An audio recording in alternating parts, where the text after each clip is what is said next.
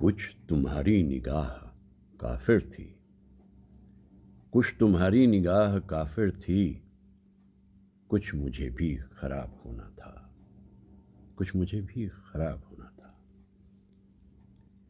مجاز لکھنوی۔ جانتے تھے کہ انجام یہی ہوگا زندگی کا۔ سنسان سی راتوں میں نیند آتی نہیں تھی، تصور میں نہ جانے کیا کیا خیال بنتے رہتے تھے، اور ایک کلام لکھ دیا انہوں نے جو بہت مقبول ہوا ارلی 50s میں۔ شہر کی رات اور میں ناشاد و ناکارا پھروں، جگمگاتی جاگتی سڑکوں پہ آوارہ پھروں، اے غم دل کیا کروں، اے وحشت دل کیا کروں، کیا کروں، کیا کروں، اے غم دل کیا کروں۔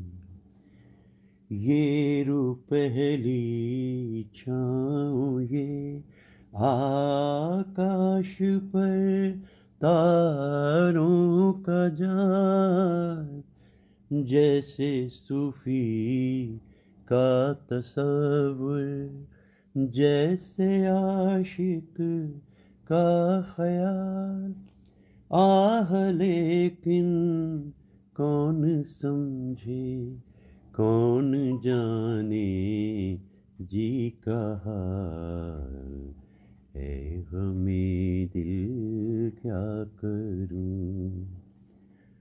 راستے میں رک کے دم لوں یہ میری عادت نہیں، لوٹ کر واپس چلا جاؤں میری فطرت نہیں، اور کوئی ہم نوا مل جائے یہ قسمت نہیں، اے غم دل کیا کروں، اے وحشت دل کیا کروں۔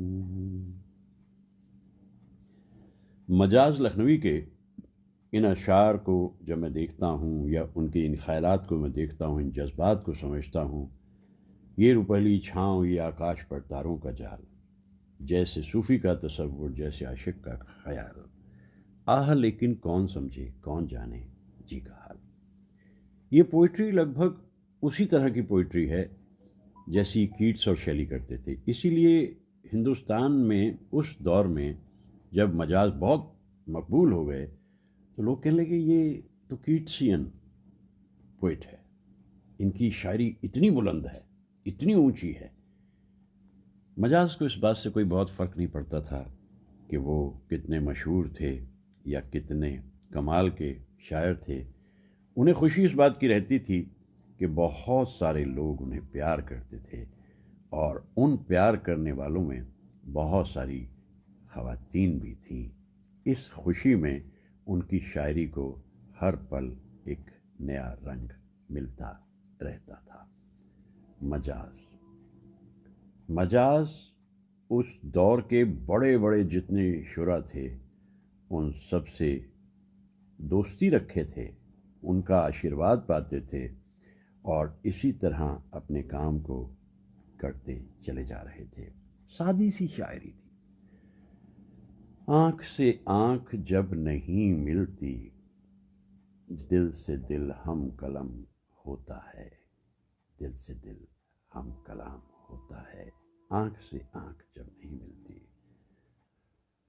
اس طرح کے جو خیالات ہیں وہ ظاہر کرتے ہیں کہ اس انسان کے انتر میں کتنا درد تھا، کتنی تکلیف تھی، اور یہ تکلیف تو محبت سے ہی جڑی ہوئی تھی. شہرت کی کوئی کمی نہیں، دولت جتنی چاہیے تھی اتنی مل جاتی تھی. ہاں، محبت کی کمی زندگی میں انہیں محسوس ہوتی تھی. کبھی کبھی سوچتا ہوں میں کہ محبت کی کمی نہ ہوتی تو پھر شاید مجاز اتنی اونچائی تک نہ بھی پہنچتے، کیونکہ وہ جو کریٹیو ڈسکانٹینٹ شاعر کا سرمایہ ہے وہ انہیں جم کے ملا اور خوب ملا. مجھ کو یہ آرزو وہ اٹھائیں نقاب خود، ان کو یہ انتظار تقاضا کرے کوئی، ان کو یہ انتظار تقاضا کرے کوئی. اور اسی کشمکش میں کتنی راتیں بیت گئیں، کتنے دن بیت گئے. تنہائیوں کو سمیٹے ہوئے مجاز چلتے چلے جا رہے تھے. ان کی بہن صفیہ جو جانثار اختر صاحب سے نکاح کیے تھیں، وہ بھی بڑی اچھی شاعرہ تھی. ایک ماحول پورے کا پورا مجاز کی زندگی میں حاصل ہو گیا تھا. لیکن جیسا میں کہتا ہوں کہ اچھے دن رہتے ہیں اور اس کے بعد کچھ اچانک درگھٹنا ہوتی ہے. یہ درگھٹنا بھی عشقیہ تھی. ایک ایسی جگہ الجھ گئے جہاں وہ محترمہ لکشمن ریکھا کو پار نہیں کر سکتی تھی، کیونکہ وہ میرڈ تھی. پیار بہت کرتی تھی، سمجھتی بہت تھی، بہت عزت دیتی تھی، لیکن وہ ممکن نہیں تھا جو یہ چاہتے تھے. اور ایک ادھورے خواب کو من میں لے کر مجاز آج کے دن ایک سرد رات میں، دوستی کا بھی کمال یہ دیکھیے کہ دوستوں نے انہیں بلایا پینے کے لیے. خوب جم رہی تھی محفل، سرد رات تھی، اونچائی پہ بیٹھے ہوئے پی رہے تھے سب. جب سردی لگی تو دوست بھاگنے شروع ہو گئے، اور اتنی ہمت نہیں تھی مجاز میں اس وقت کہ وہ اٹھ کے وہاں سے کہیں جا سکتے.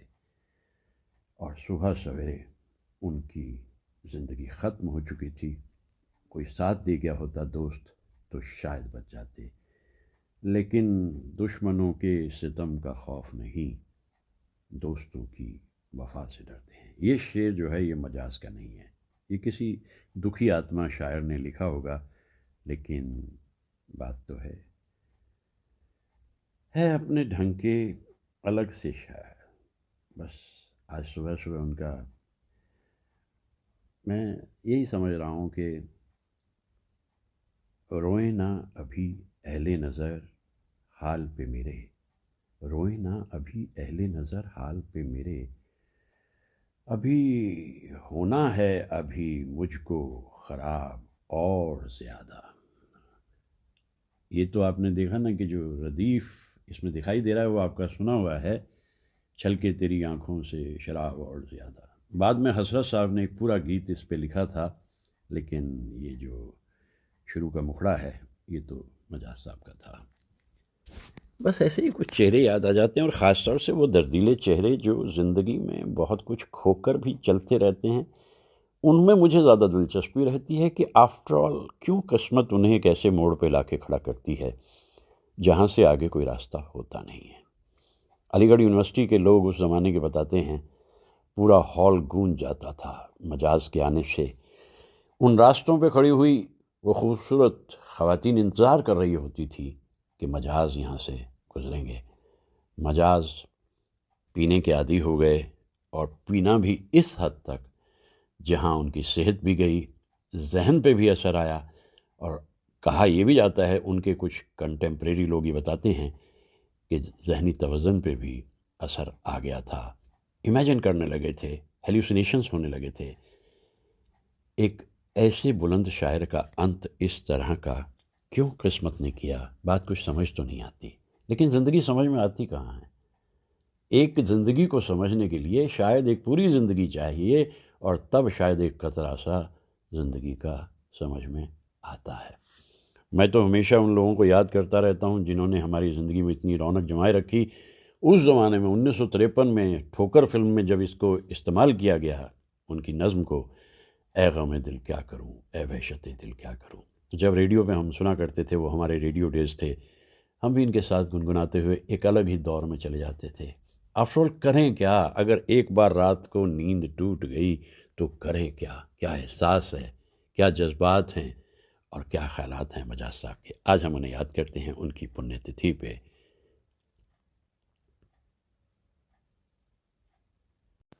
میں نے سوچا بڑی خاموشی ہو چلی ہے بزم، تو کچھ بات کہہ دیتے ہیں، کیونکہ مجھے سناٹے اچھے لگتے ہیں لیکن گھوڑ سناٹے نہیں۔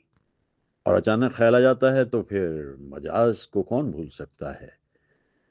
یہ جو شاعر تھے یا کوی تھے یا پوئٹ تھے، انہوں نے کبھی زندگی کو عمر کے فیتے سے ناپا نہیں، اور ان کا مزاج بھی لڑکپن سے عاشقانہ تھا۔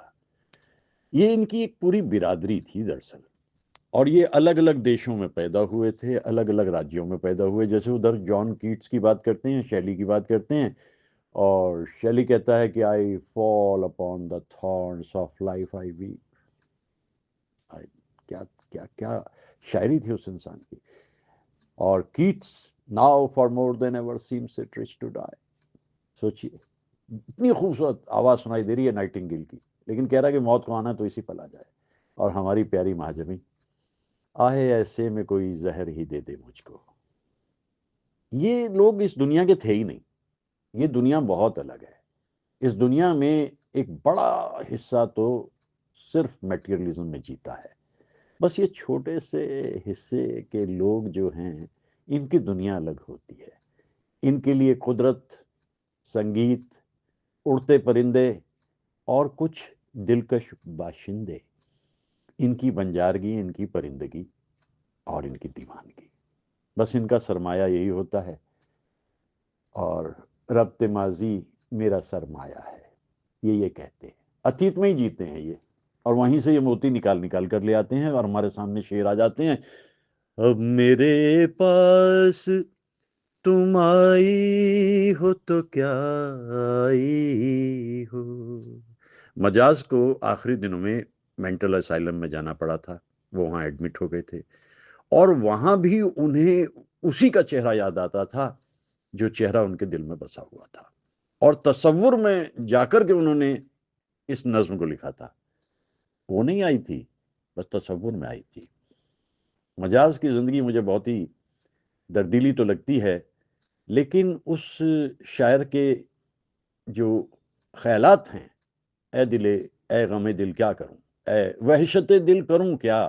رات میں اگر اچانک نیند ٹوٹ جائے تو کوئی کرے تو کیا کرے، سارے قصے کہانیاں بیکار، رات کٹتی ہے نیند آنے سے، اور اگر نیند نہ آئے تو کوئی کیا کرے۔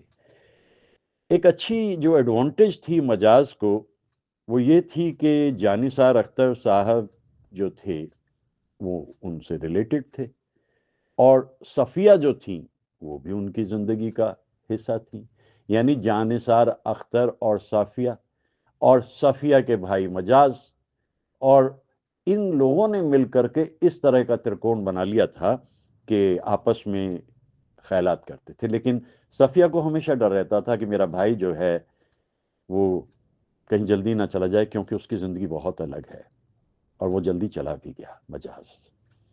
اس سے آنے والی جو آگے کی پیڑھیاں ہیں، وہ تو ٹوٹلی میٹیریلسٹک پیڑھیاں، بھائی چھائے رہتے ہیں وہ لوگ، اور ایسے ہی لوگ چھائے رہتے ہیں آج کی دنیا میں اگر دیکھا جائے تو، جو جانتے ہیں کہ جنتا کی نبض کیا ہے۔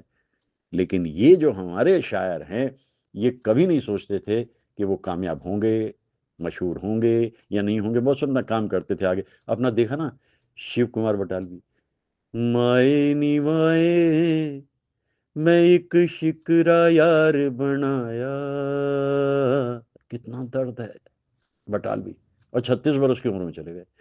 کیٹس بھی 26 سال کی عمر میں چلے گئے، شیلی 28 سال کی عمر میں چلے گئے، بائرن 37 سال کی عمر میں چلے گئے۔ ان لوگوں نے زندگی کو اتنی دیر میں اتنا جی لیا کہ بس کیا کہیں آپ سے۔ تو ایسے کچھ یاد آ جاتا ہے، پھر من کرتا ہے وہی کہہ دو، پروس دو۔ گنے چنے شردالو رہ گئے ہیں، اور وہ میری بات کو سن لیتے ہیں، زیادہ تو اب نکار ہی دیتے ہیں۔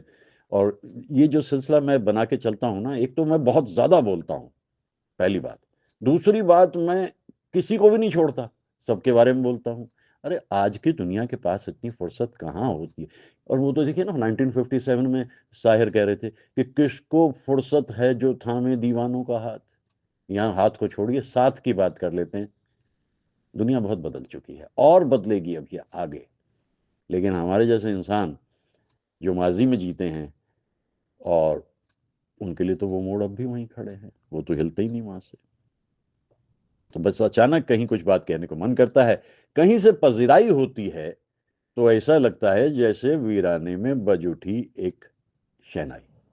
تو مجاز اور ان کا دن آج کیا زندگی رہی ہوگی سوچئے۔ اب یقین مانیے جو لوگ جانتے ہیں اس زمانے کو، علی گڑھ کے اندر لڑکیاں دیوانی ہو جاتی تھیں ان کی، ارے مجاز آنے والے ہیں، یہاں سے گزریں گے مجاز، اور یہاں سے جھانکیں گے، یہ کریں گے وہ کریں گے۔ ہینڈسم انسان تھا، اچکن پہن کے، اور جب مشاعرے پڑھتا تھا لوٹ ہی لیتا تھا دلوں کو بھی اور مشاعرے کو بھی۔ ایسا تھا مجاز۔ زندگی کس طرح سے توڑتی ہے یہ بھی میں نے مجاز کی زندگی کو سمجھ کے سمجھا ہے، اور ایسے لوگوں کے لیے زیادہ دن یہاں رہنے کی ضرورت بھی نہیں ہوتی۔ اس کے بعد پھر آگے بورڈم دکھائی دیتی ہے انہیں، وہ کہتے ہیں جتنا جی لیے تو اتنا جی لیے، زندگی بڑی ہونی چاہیے، لمبی نہیں۔ بڑی زندگی جی جاتے ہیں یہ لوگ۔